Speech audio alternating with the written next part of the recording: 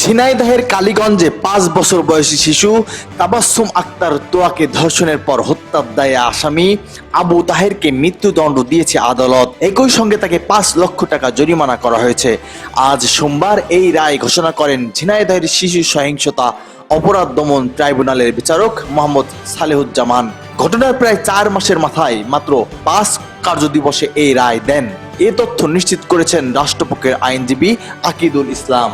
এজাহারের বরাতে জানা যায়, গত 26 ফেব্রুয়ারি সকালে কালীগঞ্জ উপজেলার বাদুরগাছা গ্রামে চিপস ও জুস কিনে দেওয়ার প্রলোভন দেখিয়ে ঘরে ডেকে নিয়ে গিয়ে ধর্ষণের পর শ্বাসরোধে হত্যা করে আবু তাহের।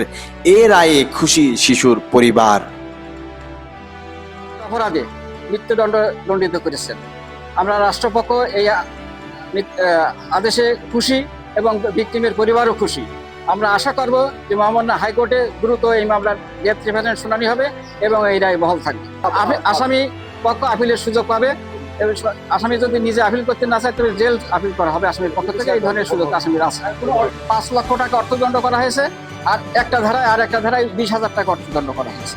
এই ধারায় আছে মৃত্যুদণ্ড, 9(2) ধারায় মৃত্যুদণ্ডে দণ্ডিত করেছেন এবং দণ্ডবিধি 201 ধারায় 7 বছরের কারাদণ্ডে দণ্ডিত করেছেন।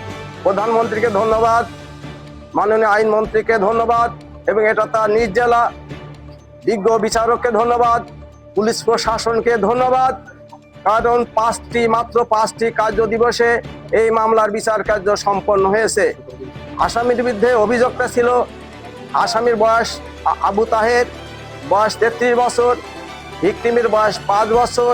তাবাসসুম আক্তার তুহা তাকে খেলা করা অবস্থায় ঘরে ডেকে নিয়ে যে নির্মম এবং নৃশংসভাবে ধর্ষণ করেছে, চেয়ারের উপর বসিয়ে। তারপর তাকে গলা টিপে শ্বাসরুদ্ধ করে এবং মাথায় দেয়ালের সাথে আঘাত করে তাকে হত্যা করেছে নৃশংসভাবে। তারপর লাশটা গুম করে একটি হাই স্কুলের সেফটি ট্যাঙ্কের মধ্যে ফেলে রেখেছে।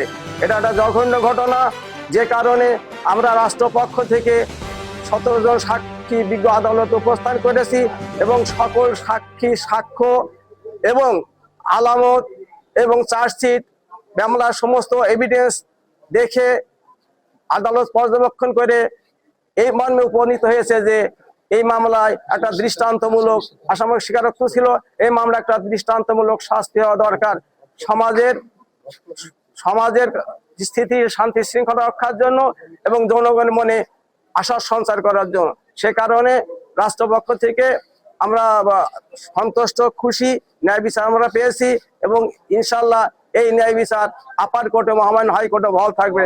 কারণ সরকার দ্রুত বিচারের ব্যবস্থা করেছে এই মামলাগুলোয়, ধর্ষণ এবং হত্যা শিশু, এবং হাইকোর্টে একটা আলাদা ট্রাইব্যুনাল করেছে এবং সেখানে দ্রুত বিচার কার্য সম্পন্ন হবে।